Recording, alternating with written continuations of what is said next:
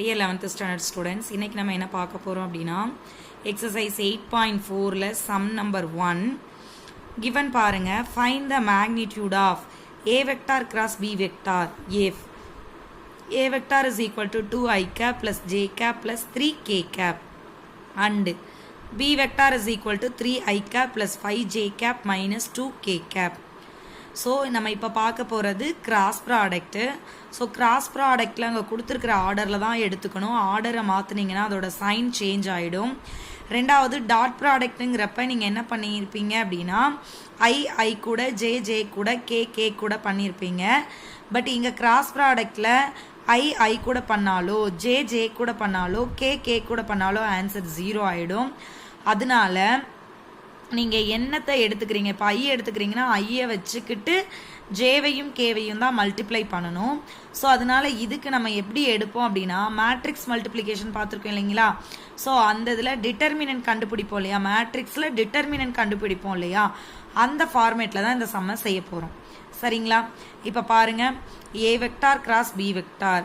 So நம்ம கண்டிப்பாக dot product அப்படிங்கிறது scalar multiplication, but cross product அப்படிங்கிறது வெக்டார் மல்டிப்ளிகேஷன். அதனால் கண்டிப்பாக வெக்டார்ஸ் மென்ஷன் பண்ணியிருக்கணும். நெக்ஸ்ட்டு எந்த ரெண்டு வெக்டாரை மல்டிபிள் பண்ணுறோமோ அதோட கோஎஃபிஷியன்ஸை இங்கே எழுதணும். சரிங்களா. So I cap J cap K gap.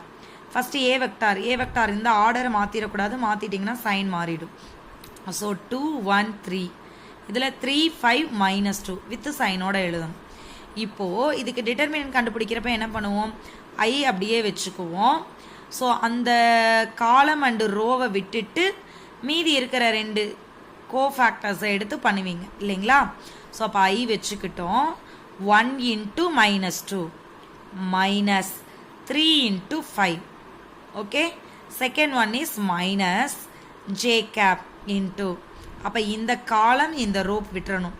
2 2s are 2 × -2 3 × 3 plus k vector. So இந்த காலம் இந்த ரோ விட்டுருங்க. 2 × 5 minus 1 × 3. ரைட்.